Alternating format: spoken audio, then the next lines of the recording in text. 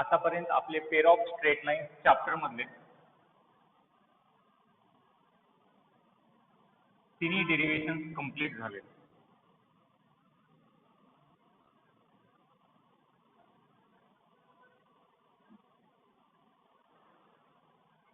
तीन थेरम्स घेतले आपण.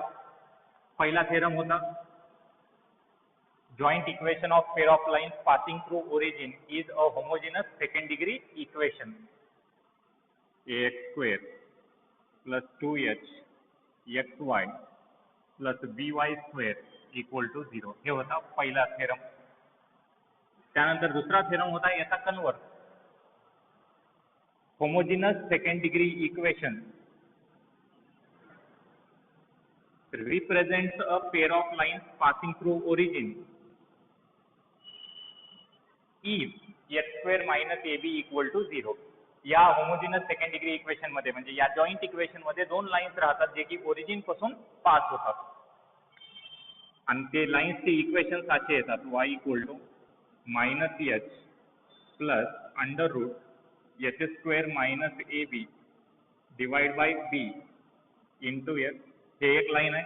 दुसरी लाईन आहे y equal to minus H minus under root H square minus A B whole divide by B into H. Homogeneous second degree equation मधले दोन separate lines हे आहेत आणि या दोन लाईन्स मध्ये काय पाहिजे आपल्याला H square minus A B greater than equal to 0 पाहिजे, लक्षात असू द्या. त्यानंतर या थेरमच्या बेसिसवर आपण सम ऑफ स्लोप्स आणि प्रोडक्ट ऑफ स्लोप्सचा फॉर्म्युला घेतला. लाईन्स पासिंग थ्रू ओरिजिन असतील तर त्यांच्या स्लोपचा सम येते -2h डिवाइड बाय बी आणि त्यांच्या स्लोप्सचा प्रोडक्ट येते m1 into m2 equal to a upon b. त्यानंतर ऑक्झिलरी इक्वेशन घेतल्या. Auxiliary equation represented by homogeneous second degree equation ते येते bm square plus 2hm plus a equal to 0. Auxiliary equation मध्ये m म्हणजे काय असते, स्लोप असते. ते कोणाचा स्लोप आहे, या जॉइंट इक्वेशन मध्ये दोन लाईन्स राहतात त्या दोन लाईन्स पैकी कोण्यातरी एका लाईनचा slope where m is slope of one of the line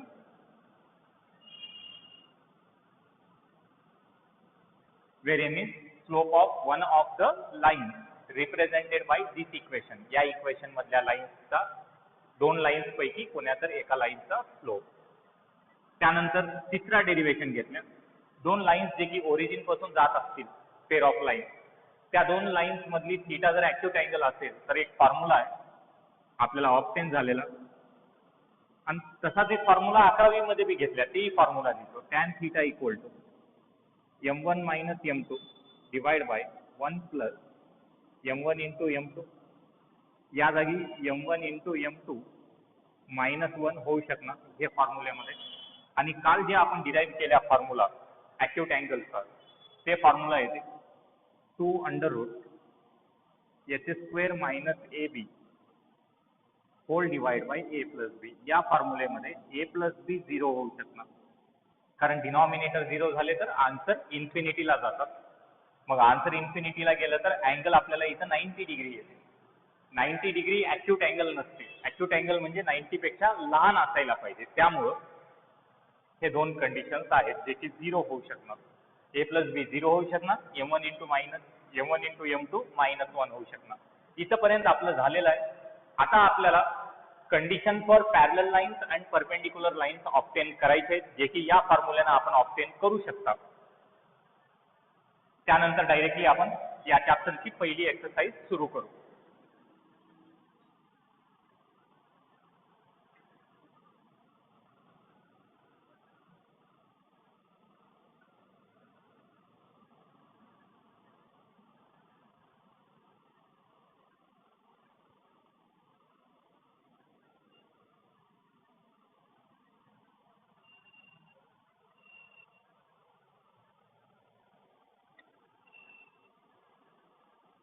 We have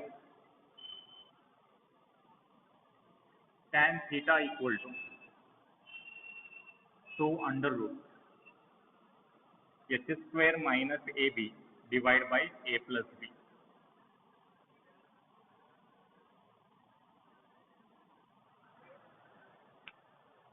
first of all आता लक्षात असू द्या, लाईन्स जर पॅरलल असतील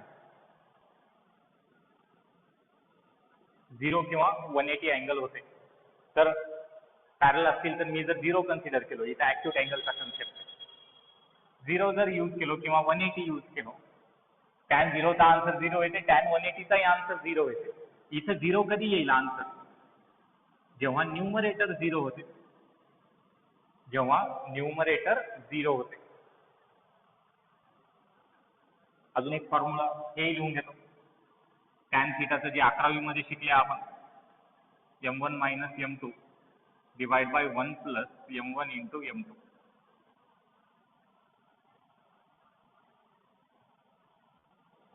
इथेही जेव्हा न्यूमरेटर 0 होते, टॅनचा आन्सर 0 येते या जागी तुम्हाला, या इक्वेशनचा आन्सर.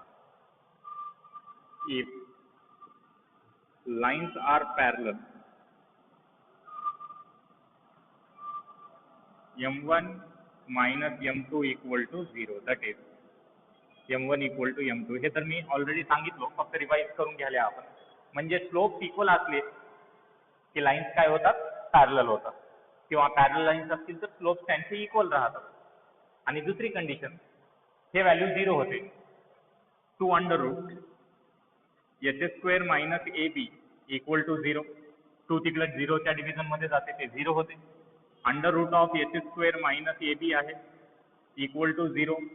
बोथ साइड्स मी स्क्वेअर करतो, काही इफेक्ट पडते का? काही नाही. h square minus A B equal to 0 square, ते होईल 0. म्हणजे अजून एक कंडिशन लाईन पॅरललची, h square minus A B equal to 0, that is h square equal to A बी.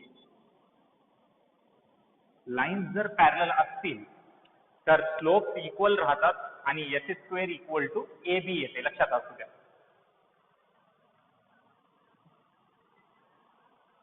त्यानंतर lines are perpendicular. Lines are perpendicular. Lines कधी perpendicular राहतात? जेव्हा डिनॉमिनेटर 0 होते, कारण डिनॉमिनेटर 0 झालं की काय येते इथं आन्सर? इन्फिनिटी येते. टॅनची व्हॅल्यू इन्फिनिटी कोण्या अँगलला होते? 90 डिग्रीला होते. म्हणजे इन शॉर्ट डिनॉमिनेटर 0 कधी होते ते बघायचं. डिनॉमिनेटर 0 कधी होते? m1 इंटू m2 मायनस 1 असेल आणि a plus b equal to 0 असेल. m1 into m2 equal to -1. Line जर परपेंडिक्युलर असतील तर प्रोडक्ट ऑफ स्लोप्स येते -1 आणि a plus B equal to 0. सोपं आहे. ए काय आहे, बी काय आहे माहित पाहिजे तुम्हाला. जर आपलं होमोजिनस सेकंड डिग्री इक्वेशन काय राहते? ax square plus 2hxy plus by square equal to 0 आहे होमोजिनस सेकंड डिग्री इक्वेशन. त्याच्यामधलं ए आहे कोइफिशियंट ऑफ एक्स स्क्वेअर आणि बी आहे coefficient of Y square. Coefficient of X square plus coefficient of Y square equal to 0. हे parallel आणि perpendicular लाईन्सचे conditions आहेत. चला लिहून घ्या.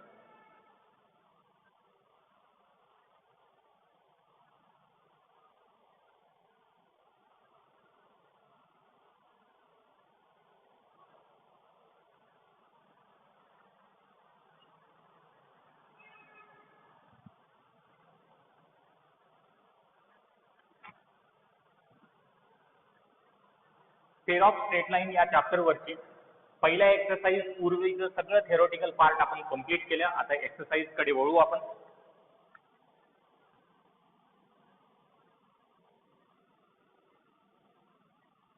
मी जे स्ट्रेट लाईन चॅप्टरचे कन्सेप्ट शिकवलो पेअर ऑफ स्ट्रेट लाईनच्या इंट्रोडक्शन मध्ये, ते अति महत्वाचं आहे. एक्सरसाइज मध्ये ते सगळे पॉइंट वाईडली यूज होतात, ते रिवाइज करून घ्या एकदा.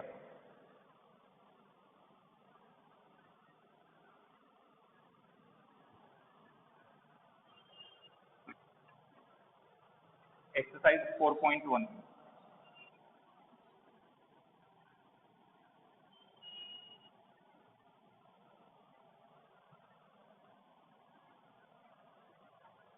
याच्यामधला क्वेश्चन नंबर 1 आहे, find the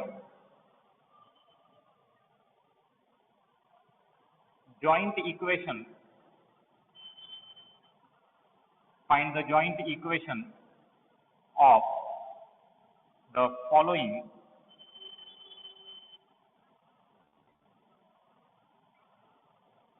of the following pair of lines.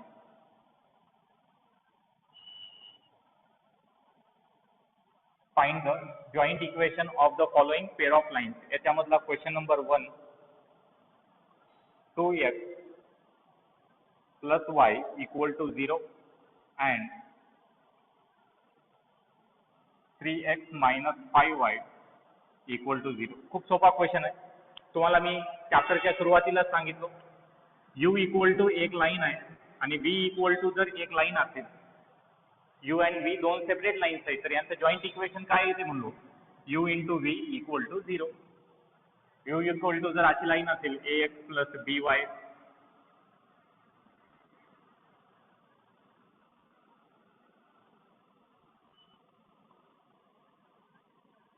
असे दोन जर सेपरेट लाईन्स असतील तर यांचं जॉईंट इक्वेशन किंवा कंबाइंड इक्वेशन असा येते, u into v equal to 0.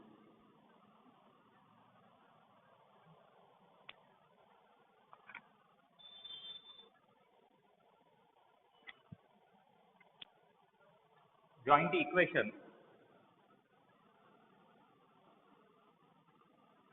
of the line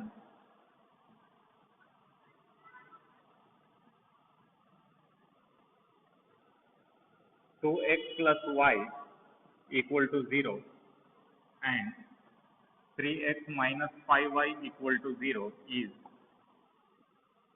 2x plus y into